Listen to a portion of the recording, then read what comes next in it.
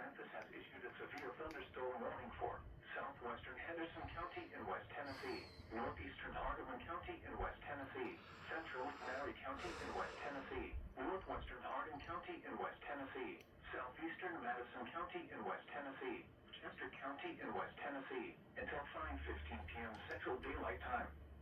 At 4:26 p.m. Central Daylight Time, a severe thunderstorm was located over Chickasaw State Park, moving southeast at 40 miles per hour.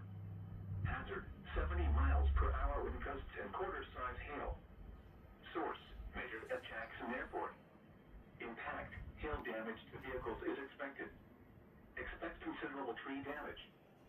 Wind damage is also likely to mobile homes, roofs, and outbuildings. Locations impacted include Kitson, Selmer, Pine Top, Massaville, Adamsville, Sillerton, Hickory Corners, Middle Fork, Kitson Mountain State Archaeological Park, Hornsby, New Lutton, Martin Camp, Milledgeville, Woodville, Mifflin, Deanburg, Five Points, Montezuma, Robertson, and Tune. For your protection, move to an interior room on the lowest floor of a building.